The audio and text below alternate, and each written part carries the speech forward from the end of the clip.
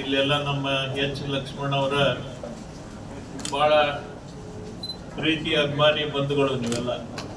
ನೀವೆಲ್ಲ ಭಾಳ ಪ್ರೀತಿಯಿಂದ ಇವತ್ತು ಅವ್ರಿಗೆ ಶುಭ ಹಾರೈಸಲಿಕ್ಕೆ ನೀವು ಬಂದಿದ್ದೀರಿ.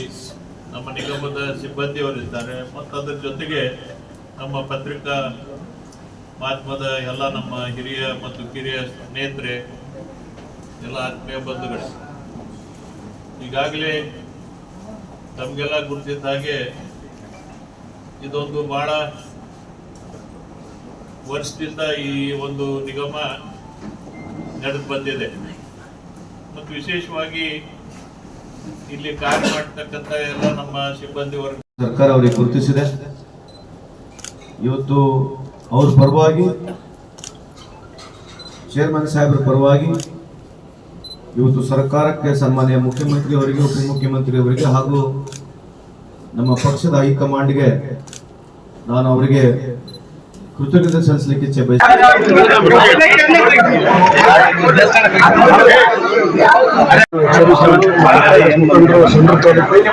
ಬಳ್ಳಾರಿ ಜಿಲ್ಲೆ ನಮ್ಮ ಲಕ್ಷ್ಮಣನವರಿಗೆ ಅವರ ಜೀವನದಲ್ಲಿ ಬಹಳ ಕಷ್ಟಗಳನ್ನ ಅನುಭವಿಸಿ ರಾಜಕೀಯಕ್ಕೆ ಬಂದಿರೋದು.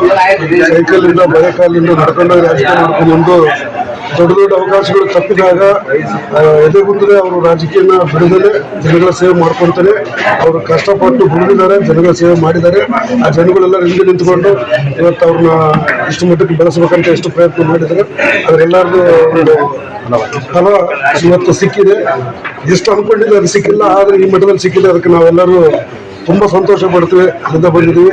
ಇವತ್ತು ಒಂದು ರಾಜ್ಯ ಮಟ್ಟದ ಒಬ್ಬ ನಾಯಕನಾಗಿ ಬೆಳೆಸಲಿಕ್ಕೆ ಎಲ್ಲ ರಾಜಕೀಯ ದುಡಿದು ಸ್ನೇಹಿತರು, ನಾನು ಇವರು ಒಂದೇ ಸರಿ ಜಿಲ್ಲಾ ಪಂಚಾಯತ್ ಮೆಂಬರ್ ಆಗಿದ್ರು.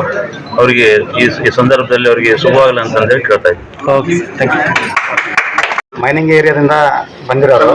ಖನಿಜ ಸಂಪತ್ತು ಇಡೀ ಸಂಡೂರು, ಇಡೀ ಕರ್ನಾಟಕದಲ್ಲೇ ಸಂಡೂರು ಅತಿ ಹೆಚ್ಚು ಖನಿಜ ಸಂಪತ್ತನ್ನು ಹೊಂದಿರತಕ್ಕಂಥದ್ದು.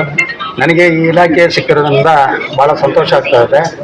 ಅದ್ರ ಜೊತೆಗೆ ನಮ್ಮ ಇಲಾಖೆಯಲ್ಲಿ ಇರ್ತಕ್ಕಂಥ ಎಲ್ಲ ಏನೇನು ಕೊರತೆಗಳಿದ್ದಾವೆ ಅವನ್ನೆಲ್ಲ ಹೋಗಲಾಡಿಸಿ ಈ ಸಂಸ್ಥೆಯನ್ನು ಮೇಲೆತ್ತಿರ ಇನ್ನೂ ಉನ್ನತ ಮಟ್ಟಕ್ಕೆ ತರಲಿಕ್ಕೆ ನಾನು ಪ್ರಾಮಾಣಿಕವಾಗಿ ನಮ್ಮ ಕರ್ನಾಟಕ ಸ್ಟೇಟ್ ಮೆಡಿಕಲ್ ಕಾರ್ಪೊರೇಷನ್ನ ನಿಗಮದ ಉಪಾಧ್ಯಕ್ಷನಾಗಿ ನಾನು ಇವತ್ತು ಪದಗ್ರಹಣವನ್ನು ಮಾಡ್ತಾ ಇದ್ದೀನಿ. ನಮ್ಮ ಮುಂದೆ ಅನೇಕ ಸವಾಲುಗಳಿದ್ದಾವೆ. ನಮ್ಮ ಆಡಳಿತ ಮಂಡಳಿ ಎಲ್ಲ ನಮ್ಮ MD ಅವರು ಮತ್ತು ನಮ್ಮ ಅಧ್ಯಕ್ಷರಾಗಿರ್ತಕ್ಕಂಥ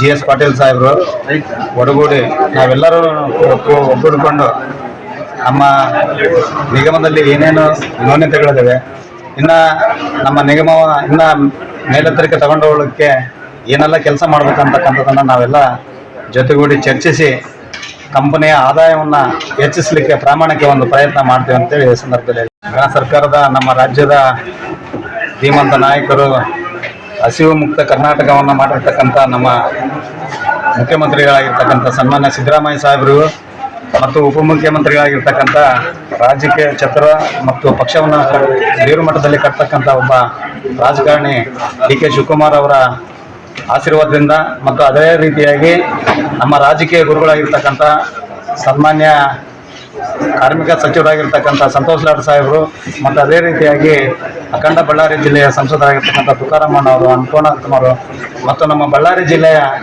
ಎಲ್ಲ ಶಾಸಕರು, ನಮ್ಮ ಕಾಂಗ್ರೆಸ್ ಪಕ್ಷದ ಎಲ್ಲ ಶಾಸಕರು ನಮಗೆ ಆ್ಯಕ್ಚುಲಿ ಅಧ್ಯಕ್ಷ ಸ್ಥಾನವನ್ನು ನಾವು ನಿರೀಕ್ಷೆ ಮಾಡಿದ್ವಿ.